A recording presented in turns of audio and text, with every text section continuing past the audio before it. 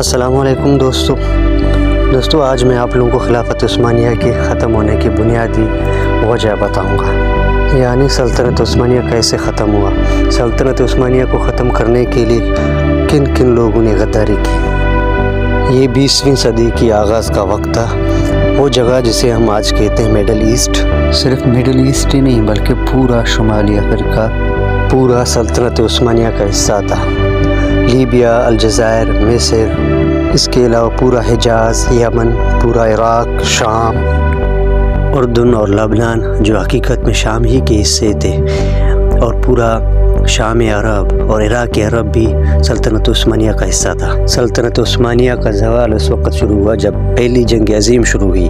پہلی جنگ عظیم میں انگریزوں نے عربوں کو بغاوت اور غداری پر اکسایا، تو ان عربوں نے خلافت عثمانیہ کے خلاف بغاوت کرنا شروع کر دی۔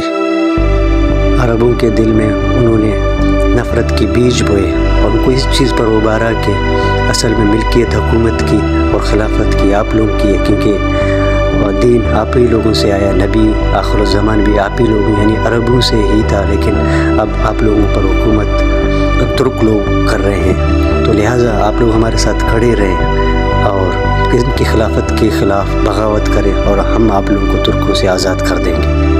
انگریزوں نے عربوں کو اس چیز پر اکسایا کہ تم غلام ہو ترکوں کی، تم کیوں غلامی کر رہے ہو، اور ہم تمہیں آزاد کر لیں گے، آپ بس ہمارے ساتھ کھڑے ہو جائیں اور ہم آپ لوگوں کو آپ لوگوں کی حاکمیت اور آپ لوگوں کی ملکیت اور آپ لوگوں کی جو شہنشاہیت ہے یہ واپس کر دیں گے۔ تو اس طرح عربوں نے بغاوت کرنا شروع کر دیا۔ انگریزوں کے کرنل لارنس کی باتوں میں آ کر، جو ایک بہت ہی چٹ زبان اور چالاک و عیار تھے، اور اس کی باتوں میں آ کر انہوں نے اسی طرح اپنی ہی مسلمان اور سلطنت عثمانیہ کے خلاف بغاوت کرنا شروع کر دی۔ سلطنت عثمانیہ کے دور میں سلطانوں نے بغداد سے مدینہ تک ٹرینوں کی لائنیں بچھائی ہوئی تھی، تو اسی طرح جب یہ عرب غداری پر اتر آئے تو انہوں نے ترکوں کی پوری ٹرینیں اڑا ڈالی اور ان کو جلا دیا، اور کئی ترک مسلمانوں کو شہید کر دیا۔ ان کے دلوں میں اتنا نفرت بھر دیا گیا تھا کہ یہاں تک انہوں نے سین حرم میں کئی ترکوں کو شہید کر دیا گیا تھا۔ جب بغاوت ہوئی تو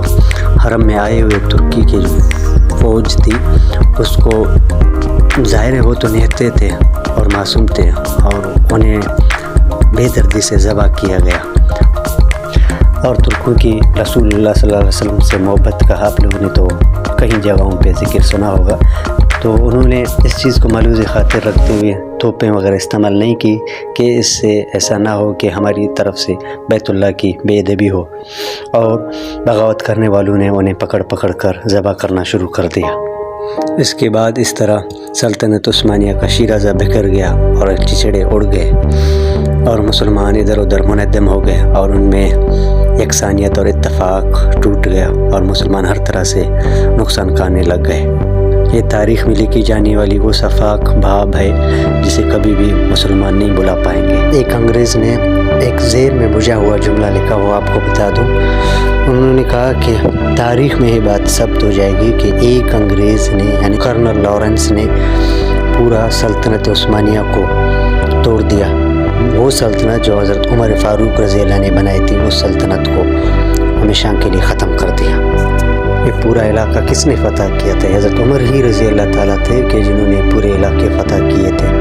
بہرحال حکومت تو بعد میں ترکوں کے پاس آ گئی، عربوں سے نکل گئی، خلافت یعنی ترکوں کے پاس آ گئی، لیکن یہ اصل میں تو یہ جگہ مسلمانوں کے لیے حضرت عمر رضی اللہ نے ہی فتح کیے تھے۔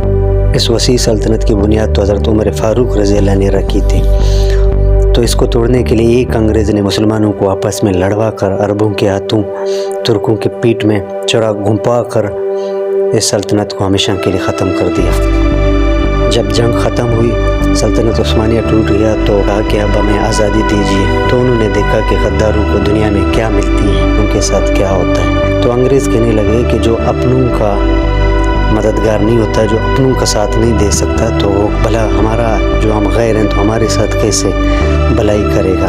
اور ان سب کو انہوں نے موت کے گھاٹ اتار دیا، اور اس کے بعد انہوں نے سلطنت عثمانیہ کے ٹکڑوں کو ایک دوسرے میں تقسیم کرنا شروع کیا کہ یہ حصہ عراق انگریزوں کے